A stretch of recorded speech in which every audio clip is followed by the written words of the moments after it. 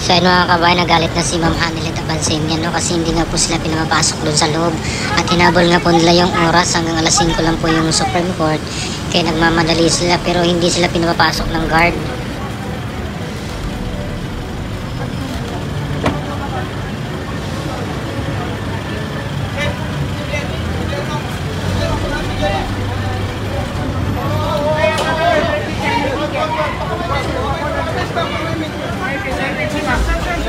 Sir, asahan niyo po sa kami, sir. Nakikiusap po. Hindi pa ba yan yan?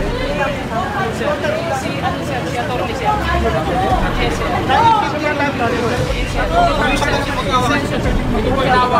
Nakibukas na lang. Notary na lang. Bro. Ay,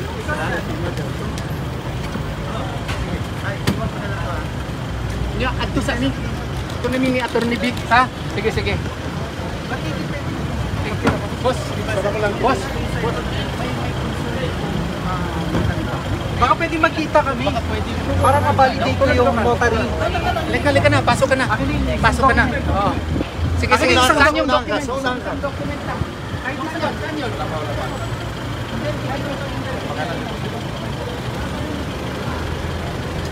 Same document, ha?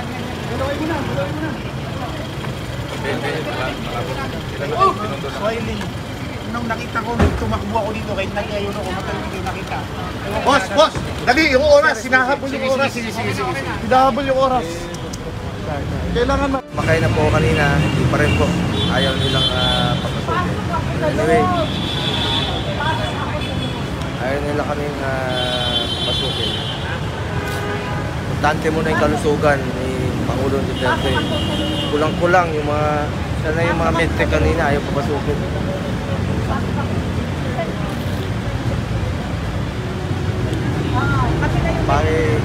Nakikiusap po ako, pagdasal po natin si Pangulong Duterte.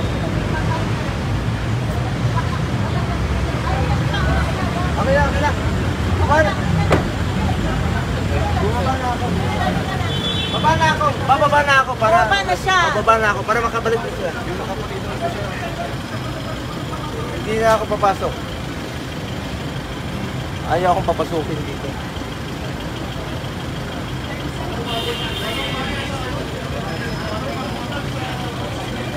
Notary lang siya. Right yan. Notary lang!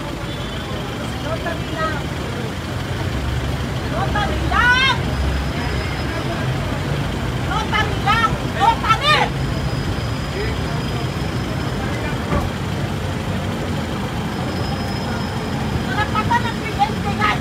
Wala nang kaso eh.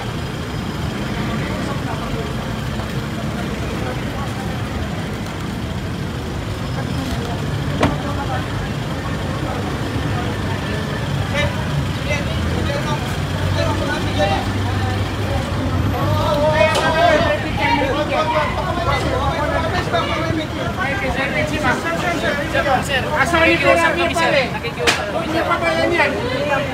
Sir, si attorney, sir. Yes, sir.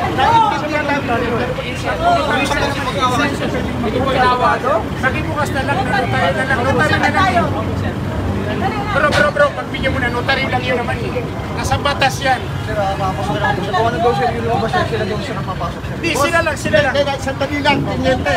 Sandali lang, may usapan naman tayo. Yung notary lang. Yun lang. May usapan naman tayo, yung notary lang. Notary lang ang papasok. May usapan tayo. Ano po muna kayo? Notary lang. Pakiclear lang po. Okay, sir. Notary lang. Hindi namin trabaho na yung pakiclear lang yung abogado lang. Yes sir, pinarating ko po sir. Karapatan ng bawat Pilipino magkaroon ng abogado. Alam niyo, Pinarating ko po sir. Unfortunately sir, yun po ang instruction sa amin sir. naiintindihan namin Opo, kayo. sir. Naiintindihan namin kayo. Opo sir. Nakikiusap lang po. Opo sir. Pakipaalam lang po naman. Opo sir, Notary lang naman ay papasok eh. Yes sir. Hininga na po namin ng request yun sir.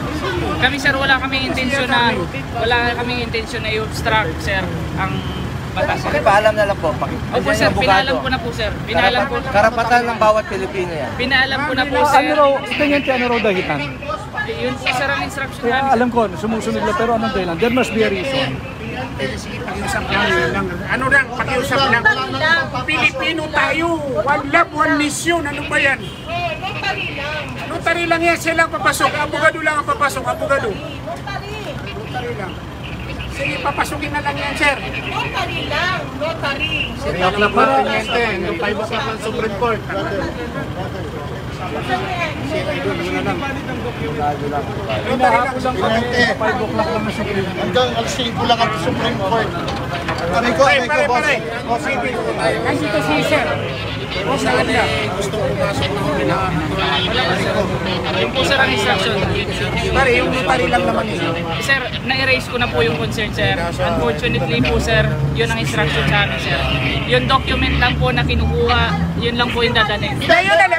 Dokumento lang naman. Sandali. Kailangan manumpa Yun lang. ni PRRD Opo doon sa sir. notar. Opo sir. Ikaw, Pero notaryo. na-erase na nga po namin yung concern na yun na Okay. sir. And then, ngayon yung document sir. Yun na lang. Yung document sir. Yung document sir, dali na sir. Padanin niyo yan. Iparating mo na lang dito. Opo sir, naiparating ko na po sir. Naiparating ko na po sir. Sama natin si Madam. Susunod naman kami sa inyo. Opo sir. Ano po muna tayo, papasok na natin. Dito na po kayo. Mga sirs, Sir, papel lang naman. mga dito na po kayo. Dito. Papel lang.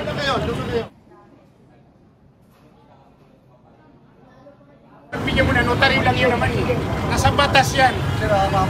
Notary lang. Yun lang. Usapan naman tayo, yung notary lang. Notary lang ang papasok. Sige. Usapan tayo. Ano po muna kayo? Notary lang. Pakiclear lang po. Opo sir. Notary lang. Hindi namin trabaho na yung pakiclear lang yung abogado lang. Yes sir, pinarating ko po sir. With Karapatan, regards sa... karapatan ng bawat Pilipino magkaroon ng abogado. Alam niyo yun. Pinarating ko po sir. Pinarating ko, unfortunately sir, yun po ang instruction sa amin sir. Naintindihan namin. Opo. Lang naman ay papasok eh. Yes sir. Hininga na po namin ng request yun sir. Kami sir, wala kaming intensyon na i-obstruct sir ang batas. Kasi paalam na lang po. Opo sir, pinaalam ko na po sir. Pinaalam ko. Karapatan ng bawat Pilipino yan. Pinaalam ko na po Ano sir. raw, tiniente, ano raw dahilan? Yun po sir ang instruction Kaya namin. alam ko, sumusunod lang, pero anong dahilan? There must be a reason. Pakiusap lang. Ano lang, pakiusap lang. Pilipino tayo. One love, one mission. Ano ba yan? Notary lang. Notary lang yan. Sila ang papasok. Abogado lang ang papasok. Abogado. Notary. Notary lang.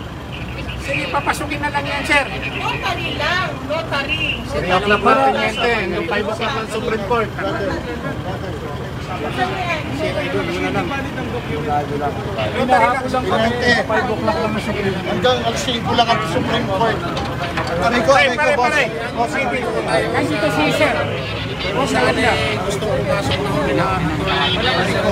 Yun po sir ang instruction. Pare, yung notary lang naman yun.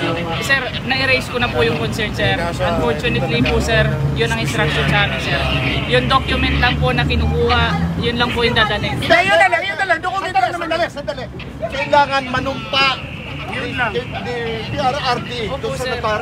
Opo sir. Ikaw, Pero notaryo. na-erase na nga po namin yung concern na yun na Okay. sir. And then, ngayon yung document sir. Yun na lang. Yung document sir. Yung document sir, dali na sir. Padanin niyo yan. Iparating mo na lang dito. Opo sir, naiparating ko na po sir. Naiparating ko na po sir. So ayun po mga kababayan, no, nabahagyang nagka-tension nga po doon sa labas ng Villamor Air Base sa Pasay. Ngayon kasi nga ayaw pong papasukin sila Ma'am Hanelet Abansinya kasama yung abogado at ang notaryo mga kababayan.